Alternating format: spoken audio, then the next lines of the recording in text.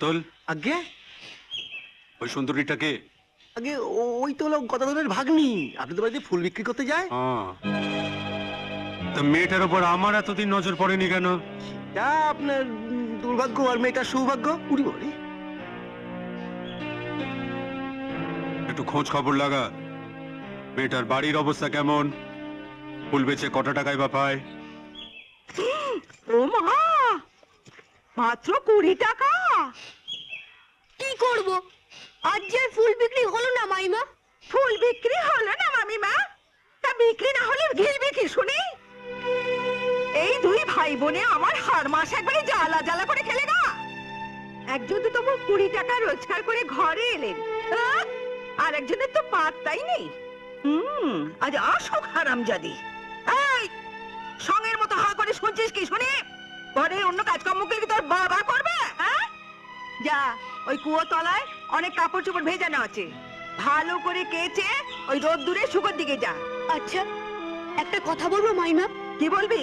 সেই সকালে হাটে ফুল বিক্রি করতে বেরিয়েছি, কিচ্ছু খাওয়া হয়নি, বড্ড খিদে পেয়েছে, একটু ভাত দেবে মাইমা? হত ছাড়া কথা শুনলে গা পিত্তি একবারে জ্বলে যায়। বলি কত টাকা রোজগার করিস রে, ভাত খাবি? কাজ শেষ না হলে তো কিছুই খেতে পাবি না। শোন, সব কাজ শেষ হয়ে গেলে রান্নাঘরে একটা রুটি আর আলু সেদ্ধ আছে, ওটা নিয়ে খাবি। মাত্র একটা রুটি? তাহলে দিদি কি খাবে? মার খাবে। সকালবেলা বলেছিল বাসনগুলো মেজে রাখতে, সেসব না মেজে তোর দিদি পা ঢালাতে গেছে। আজ অসুখ মেয়েরে একবারে চামড়া গুটিয়ে দেবো। না মাইমা, তুমি দিদিকে বেরো দাও, বাসনগুলো আমি মেজে দিচ্ছি, আমি মেজে দিচ্ছি। থাম।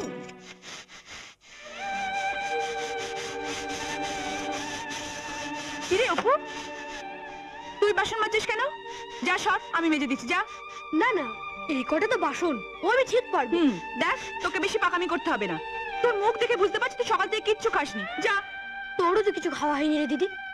দাঁড়া, আমি রান্নাঘর থেকে খাওয়াটা নিয়ে আসি, ততক্ষণে তুই বাসনগুলো মেরে ফেল।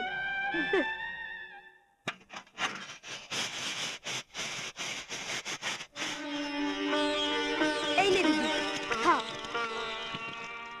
আগে তুই খা, তারপরে আমি খাবো। আগে আমার দিদি খাবে। দুষ্টুমি করবি না ভাই, আগে তুই খাবি।